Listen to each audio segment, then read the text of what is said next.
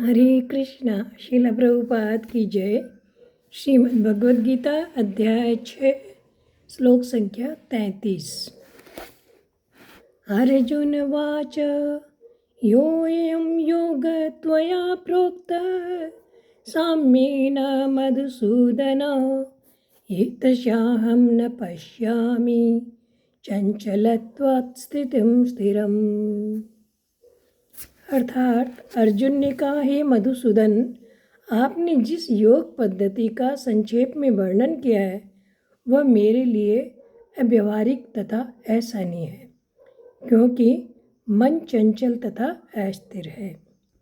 तो हम देखते हैं कि भगवान ने इस अध्याय में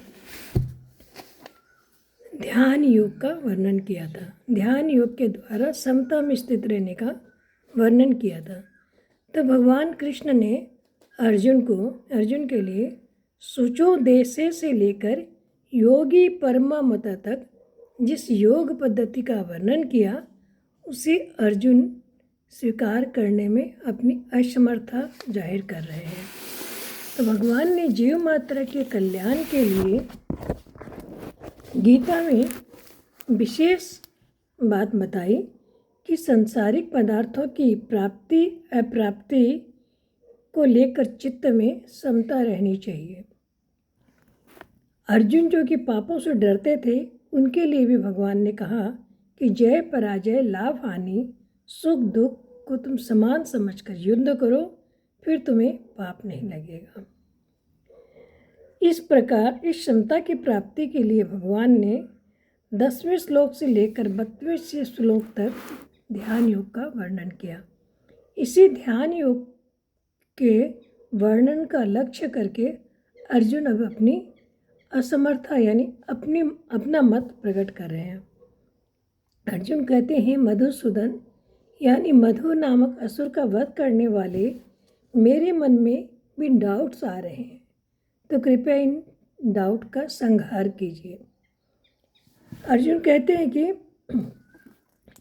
आपने अब तक जो बताया, जिस योग के बारे में बताया कि समता में स्थिर रहना चाहिए, मनुष्य को लाभ हानि, मन को बस में रखना चाहिए, लेकिन एतस्याहं न पश्यामि चंचलत्वा स्थितिं स्थिरम। अर्जुन कह रहे हैं कि इन बातों से अर्जुन का ये मत प्रकट हो रहा है कि कर्मयोग से तो फिर भी समता सुगम हो जाती है, पर यहाँ ध्यान योग के द्वारा समता की प्राप्ति की बात आपने जो बताई है, मन की चंचलता के कारण उस ध्यान में स्थित रहना मुझे बड़ा कठिन दिखाई देता है।